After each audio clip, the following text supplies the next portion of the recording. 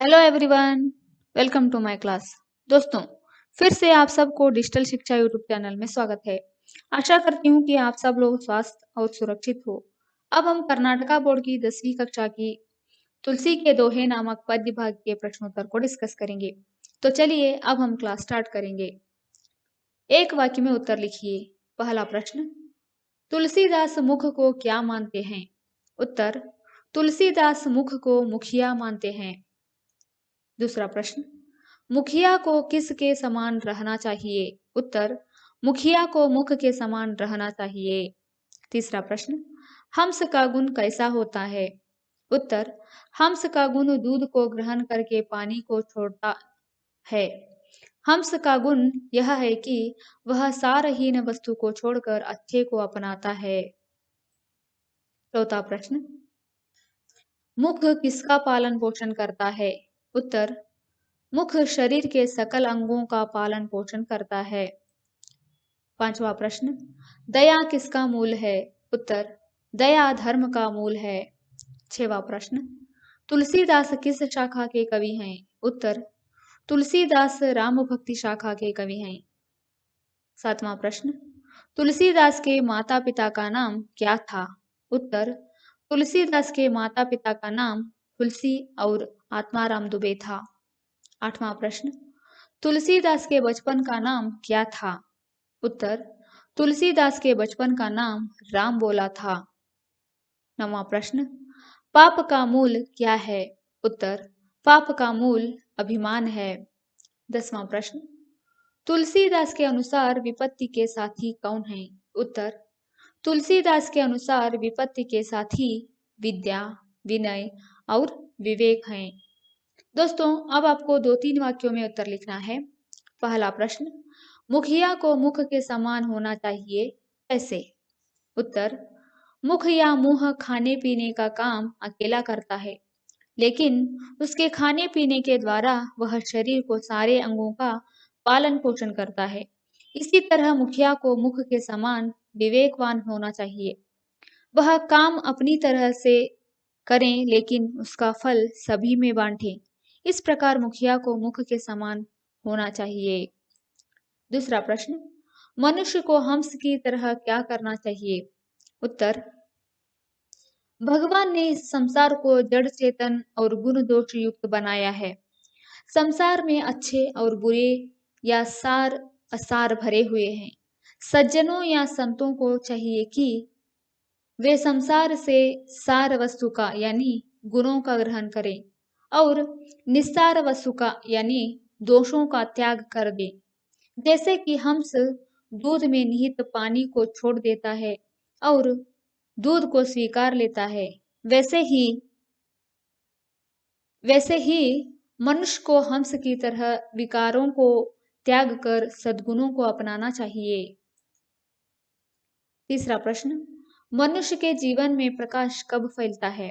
उत्तर, जिस तरह देहरी पर दिया रखने से घर के भीतर तथा आंगन में प्रकाश फैलता है, उसी तरह राम नाम जपने से मानव की आंतरिक और बाह्य शुद्धि होती है। अर्थात जीव देहरी है और राम नाम दीपक है। इससे अंदर और बाहर यानी लोक और परलोक में प्रकाश फैलता है। राम नाम का जप करते रहने से मनुष्य के जीवन में प्रकाश फैलता है। दोस्तों, अब आपको अनुरूपता को लिखना है। पहला प्रश्न, दया धर्म का मूल, पाप अभिमान का मूल। दूसरा प्रश्न, परिहरी त्यागना, करतार सृष्टिकर्ता।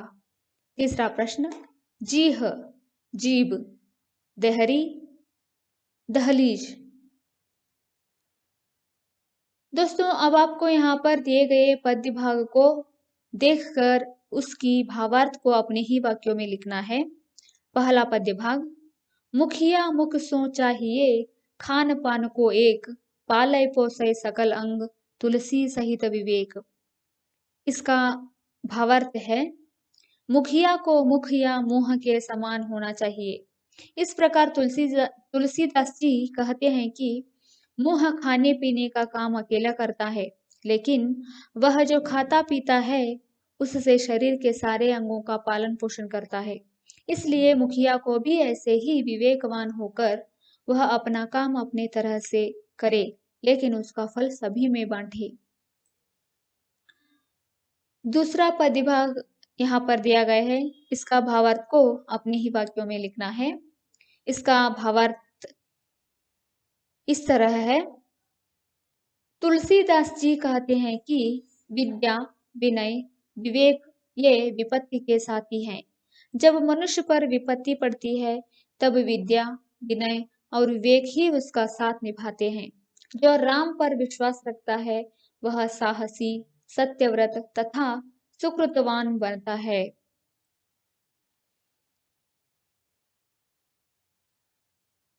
वहां पर दिए गए दोहों को कंठस्थ करना है। यह दोहों को कंठस्थ करने से आपको परीक्षा में यह उपयोग होने वाला है।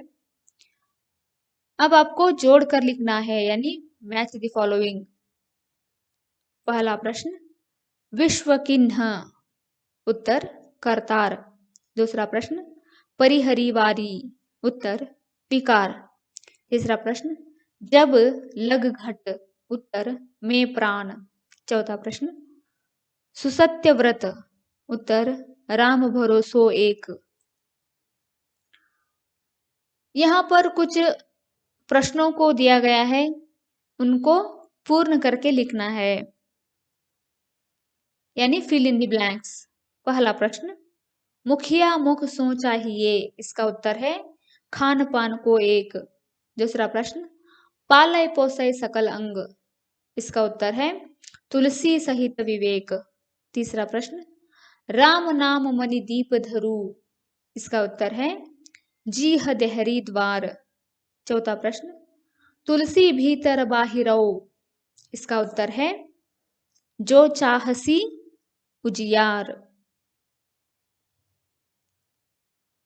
अब आपको यहाँ पर दिए गए सूचना को पालन करना है।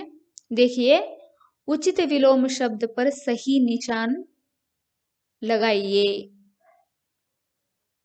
विवेक का विलोम शब्द अविवेक होता है, तो यहाँ पर आपको सही निशान लगाना चाहिए। और दया का विलोम शब्द निर्दया है, तो यहाँ पर आप सही निशान लगाइए। तीसरा, धर्म का विलोम शब्द होता है अधर्म, तो आपको यहाँ पर सही निशान लगाना चाहिए।